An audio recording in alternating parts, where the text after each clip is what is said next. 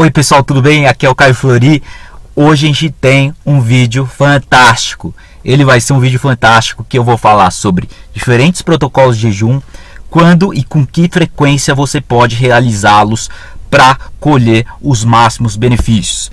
Ou seja, 13 horas, 16 horas, 24 horas, quantas vezes na semana, quantas vezes no mês você precisa fazer para você conseguir atingir o nível máximo de resultados para a sua saúde.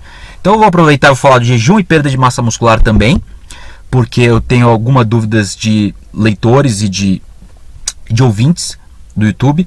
Então vamos falar se há vantagem de fazer esportes em jejum ou não, ou se há algum prejuízo em termos de perda de massa muscular. Mas em primeiro lugar vamos falar sobre o jejum.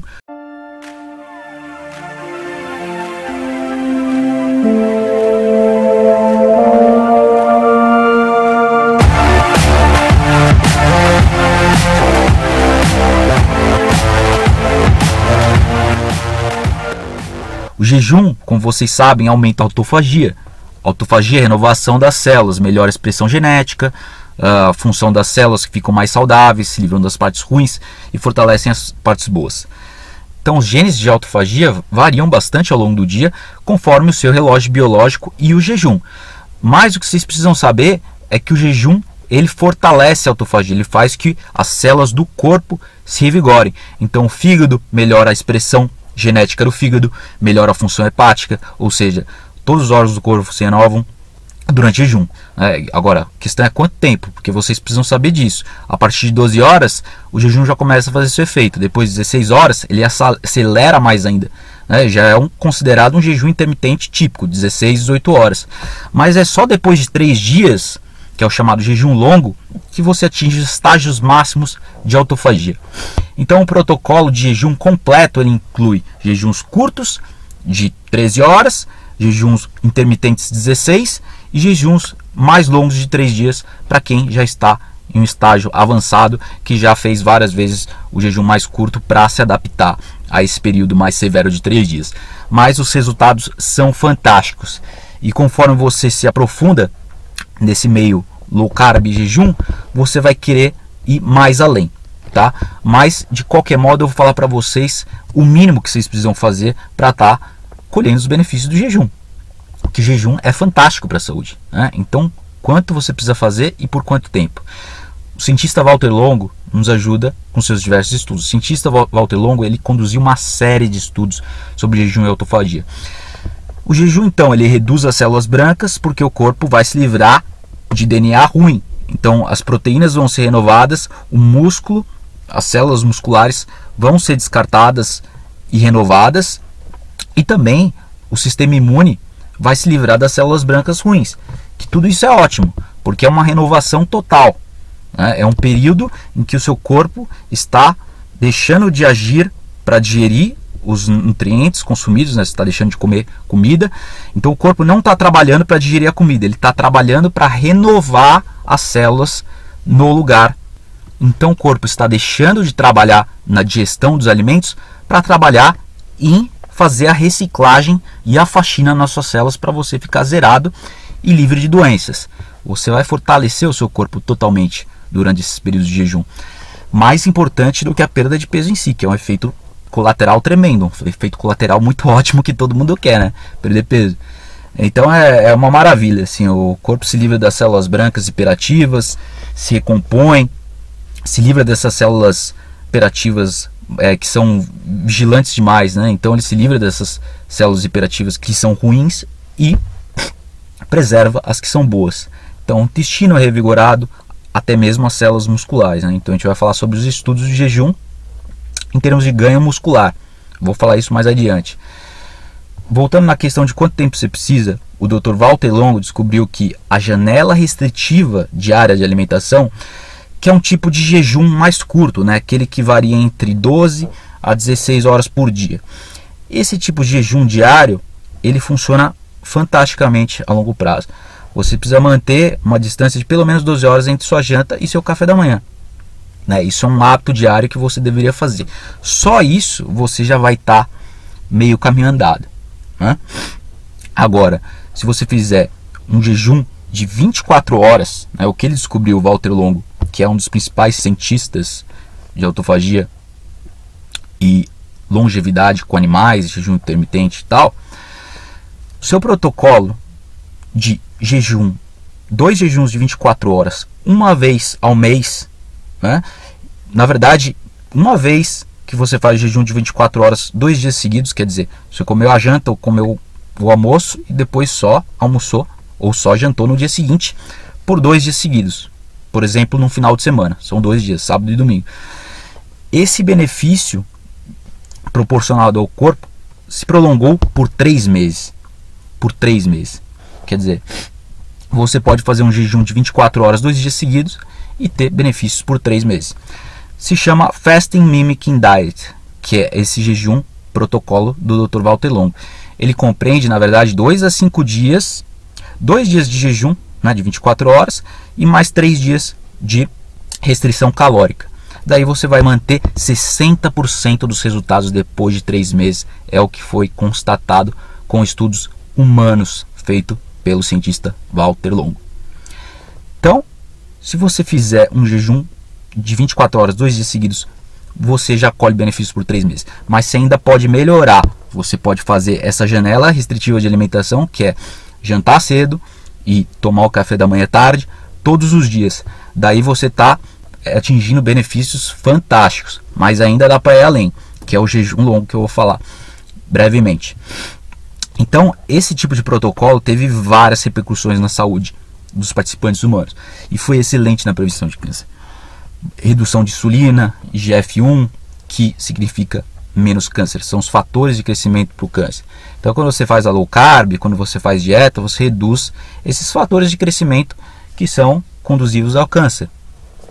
Então, mesmo que tenha um consumo de proteína moderado a alto na sua dieta, contanto que você faça jejum e de preferência faça exercícios também, você vai regular muito bem esses fatores de crescimento para prevenir o câncer, né? Você vai reduzir o seu IGF-1, mesmo que você coma quantidades razoavelmente altas de proteína, contanto que você faça o jejum várias vezes. Daí está a vantagem também de prevenção de massa muscular e ganho de massa muscular, porque você não vai deixar de comer proteínas. Tudo que você precisa fazer é parar de comer de vez em quando.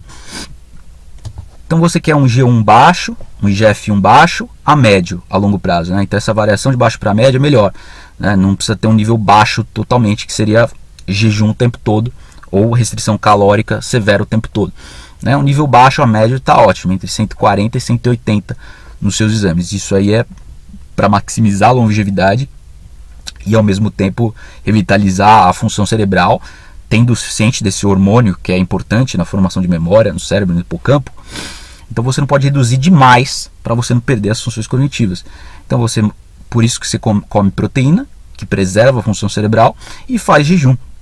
Daí você vai ter o máximo dos dois mundos.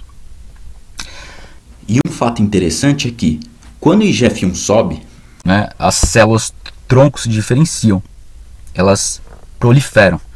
Daí mais uma importância de você manter o IGF-1 elevado quando você reintroduz a alimentação. Então, quando você introduz a alimentação, você inclui proteínas e, em alguns casos, carboidrato também.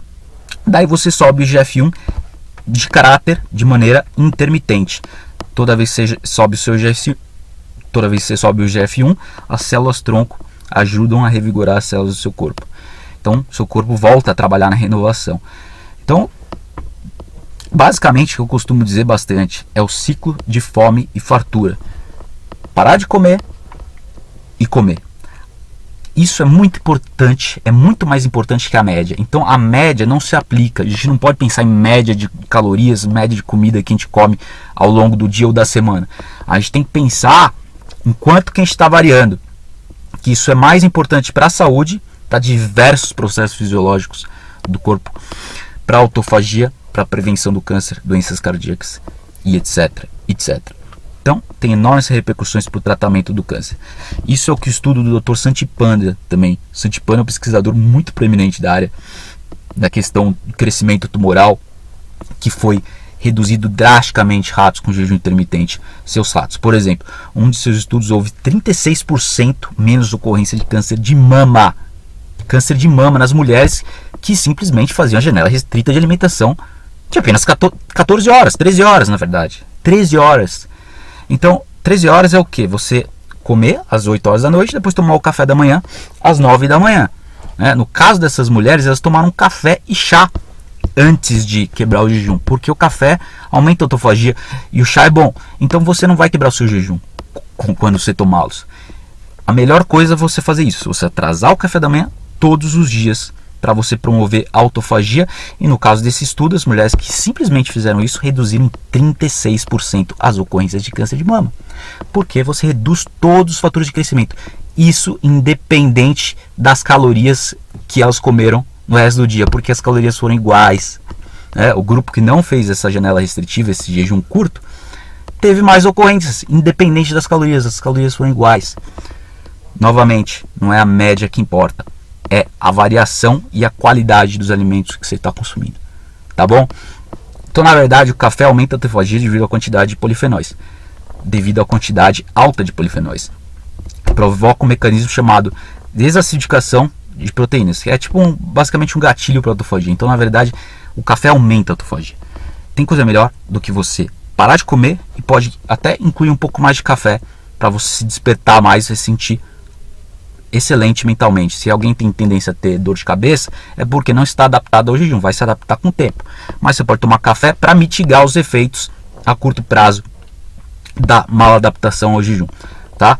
Então é melhor fazer isso e usar adoçantes naturais, né? Se for adoçante artificial também tem problema, em quantidades mínimas não vai estar prejudicando a autofagia. Tudo bem, pessoal?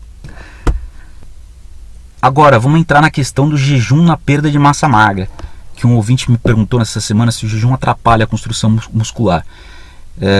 Eu vou aproveitar para responder a dúvida dele, e também teve outro ouvinte que perguntou da questão da cetose, da dieta cetogênica para os atletas de resistência, os atletas de musculação. Então eu vou responder ambas as perguntas. E eu vou falar sobre um estudo recente, aliás, eu vou falar de 3 estudos, né, para simplesmente responder essa questão com base na ciência. Esse estudo foi feito com ratos e a capacidade aeróbica, né, dos ratos melhorou bastante com o jejum intermitente, mas a força não alterou muito. Então o jejum intermitente ele se mostrou eficaz nos ratos e nos humanos, falando sobre os ratos agora, na geração de capacidade aeróbica, porque a força diminuiu no jejum, mas a capacidade aeróbica explodiu, a capacidade cardiovascular. Então os ratos e humanos ganharam mais tempo de exaustão, né? Eles demoraram mais para ficarem exaustos, eles conseguiram performar atividade física por mais tempo, né? Isso eu nem sei da cetoadaptação, da adaptação ao jejum das pessoas, mas certamente eles tiveram resultados ótimos. Agora, além do jejum, também me perguntaram sobre a cetose, né? Se a cetose atrapalha o ganho de massa magra, se melhora. Essa pergunta não é tão direta para ser respondida, porque tem muitas variáveis que determinam se a pessoa vai ganhar ou perder massa muscular na dieta cetogênica. Eu vou falar dessas variáveis. Então eu vou falar o que você precisa fazer na cetogênica para garantir a sua performance, né? Tanto exercícios aeróbicos quanto de musculação. Exercícios aeróbicos é fácil, é você só comer calorias o suficiente. Agora, exercício de musculação, para você não ter perda de performance, os estudos mostram que você precisa fazer o seguinte, né? Depende do quanto está sendo consumido de calorias, quanto está sendo consumido de proteína. Então você não pode reduzir demais as calorias, reduzir demais as proteínas, porque você pode sofrer com a cetose, né? A não ser que seu foco seja totalmente a perda de peso, daí justifica. A natureza do exercício, se ele é exercício de força, como musculação e treino intervalado, que exige mais explosão, daí seria interessante a pessoa comer mais proteína ou ingerir carboidratos alguns dias da semana, porque alguns estudos mostram perda, não é perda de muscular, mas as pessoas, os participantes de estudos deixam de ganhar músculo quando eles submetem a um treino avançado na academia, um treino forte, eles deixam de ganhar músculo quando eles estão na cetose. E isso é devido à falta de proteínas, em alguns casos, né, só para esclarecer. Em outros casos, simplesmente resolve incluindo carboidratos alguns dias na semana, que é o ciclo de carboidratos, né? Então eu basicamente já respondi a pergunta, mas eu vou entrar mais a fundo nisso aí, porque tem um estudo que mostrou que 200 gramas de carboidrato, com relação a uma dieta baixa de carboidrato, houve ganho superior de 12% a mais de força.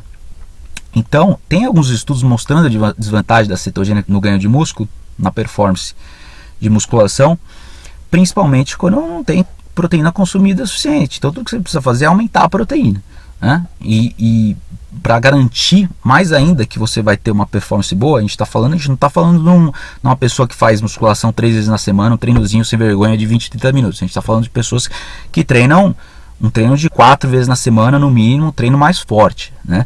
Daí essas pessoas precisam comer carboidrato alguns dias da semana, pode ser depois do treino, né, uma quantidade razoável de carboidratos, e alguns dias da semana comer low carb e outros dias da semana um pouquinho mais de carboidrato. Isso vai ser o suficiente para aumentar a síntese de aminoácidos no músculo, aumentar a insulina o suficiente para você estimular essa síntese de proteína e causar o anabolismo.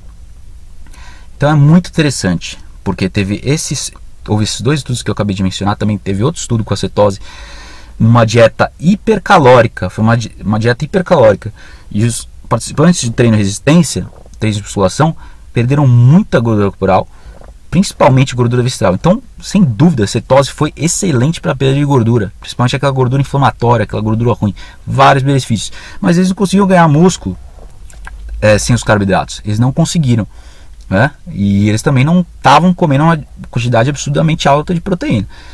Então, se você comer uma quantidade bem alta de proteína, ou razoavelmente alta, mais carboidrato alguns dias da semana, resolveu o problema. No caso desse estudo, 6 a 8% menos performance em um dia, em um teste de explosão de esteira, né? Aquele treino intervalado rápido. Então eles perderam a capacidade de explosão, deixaram de ganhar, ganharam menos que os participantes que comeram carboidrato. E os mecanismos que os autores esperam explicar é que o mesmo acontece com o exercício de musculação, né? E os mecanismos que os pesquisadores suspeitam é a amônia e a acidose. Então eu vou falar como vocês podem mitigar isso. Agora, os autores esperam que o mesmo possa acontecer com o exercício de musculação. Então eu estou falando de exercício de explosão na esteira, mas que são de natureza anaeróbica, também parecido com a musculação. Então os autores do estudo acreditam que o mesmo pode acontecer com musculação, e alguns outros estudos também mostram esse efeito. Então a dieta cetogênica, mesmo que ela seja hipercalórica, ela ainda pode ser aquém a outras dietas em termos de ganho muscular. Por isso que esses ajustes são muito, muito importantes. Um dos ajustes, além de todos esses que eu falei, de incluir carboidrato mais proteína, é abafar a amônia e a acidose, porque a cetose induz uma leve acidose se você não incluir vegetais o suficiente. Então isso pode baixar a síntese de proteína e o anabolismo. Então eu vou falar assim algumas formas de resolver para você manter as suas performances no treino. Uma cetogênica um pouco mais alta em proteínas e com ciclos de carboidrato. Talvez só isso já seja suficiente, né? Fazer esse carb refeed aí. Mas eu vou falar como abafar a acidose para você manter o seu sangue alcalino, menos ácido, perdão. Então quem é esportista e treina razoavelmente forte, faz treinos de explosão, treino intervalado ou treino de academia, para prevenir a performance é melhor comer creatina pré-treino, né? O suplemento de creatina junto com proteína se mostra muito eficiente, assim, tira até a necessidade de carboidrato. Tudo que você precisa de uns 15 gramas de carboidrato, mais 25 gramas de proteína, mais 5 gramas de creatina pré-treino. Isso já vai ter tudo que você precisa, né? E manter a dieta boa no resto do dia, claro. Então você faz isso e, né, com um leve refeed de carboidrato, e um ou outro dia na semana você pode consumir um pouco mais de carboidrato também. Se permita isso para ganhar mais músculo, seu treino é forte. Para minimizar a acidose, tomar bicarbonato de sódio, né? E se você tem uma prova, né, se tem um evento, seja aeróbico ou uma competição de crossfit, é bom você tomar um bicarbonato de sódio que é ergogênico, melhora a performance física. O bicarbonato de sódio você pode tomar uma colher de chá a cada 20 minutos. Tem gente que não aguenta, né? Porque tem um desconforto abdominal, você vai no banheiro, você tem vontade de colocar tudo para fora.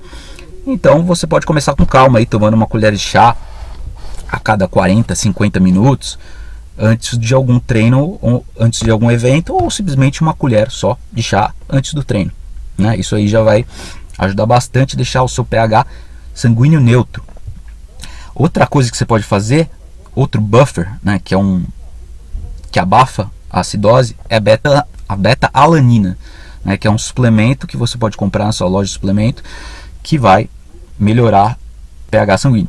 Suplementos de carnosina também são muito bons para exercício, que na verdade a carnosina é um subproduto do metabolismo de beta-anina, aumenta o pH sanguíneo em meio à leve acidose. Então tudo isso que eu te falei vai ser o suficiente para você fazer um treino excelente e uma dieta excelente junto com o seu treino. E outra coisa que você pode fazer também é incluir plantas que têm um efeito alcalino. Então, brócolis, vegetais verdes, esses têm um efeito alcalino mais forte. Frutas que são baixas em carboidrato, né? As frutas vermelhas, morango. Se você incluí-los na sua dieta de maneira recorrente, você também vai favorecer melhor equilíbrio do pH sanguíneo. Mesmo que o corpo tenha mecanismo de autoequilibrar o seu pH, a cetogênica restrita pode levar a um leve estado de acidose e você pode corrigir isso facilmente para você não perder a sua performance. Agora, vamos voltar à questão do jejum, que traz diversas vantagens na sua saúde com relação à restrição calórica, ciclo de fome e fartura. Lembre disso sempre. Comer pouco o tempo todo é inferior a comer bem e fazer jejum frequentemente.